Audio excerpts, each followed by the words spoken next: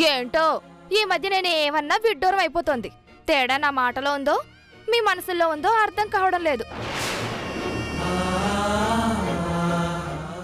అత్త, మరి మా అమ్మాయి పెద్దోడు కదా, ఎత్తుకోగలవా?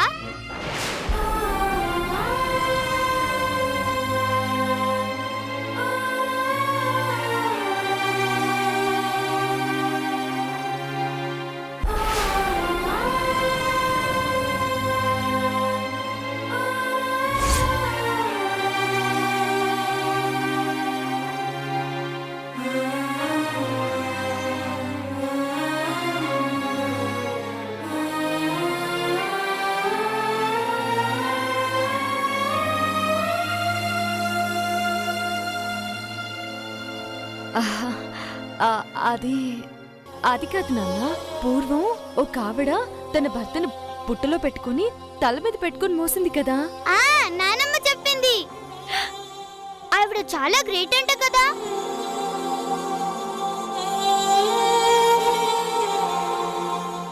అలాగే నేను. అయితే నువ్వు గ్రేటే. వెళ్ళి మూతి కడుక్కో. ఇవ్వమ్మా. కష్టాన్ని కథతో చెప్పుకుంటూ మనసుకి సర్ది చెప్పుకుంటున్నావమ్మా. కష్టం అనేది ప్రతి చోట ఉంటుందని జీవితానికి పరిచయం చేస్తున్నానమ్మా.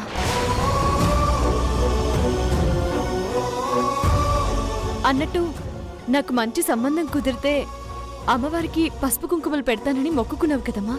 ఆ మొక్కు రేపే తీర్చేస్తాను. కుదిరింది మంచి సంబంధమా?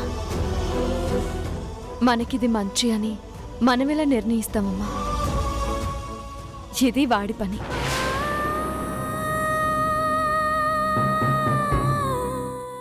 మనసు లేనోడైతే బాధపడాలి గాని కాళ్ళు లేకపోతేనే. ఆయన చేయాలనుకున్నది చేశాడు, మనం చేస్తామన్నది చేయాలి కదా.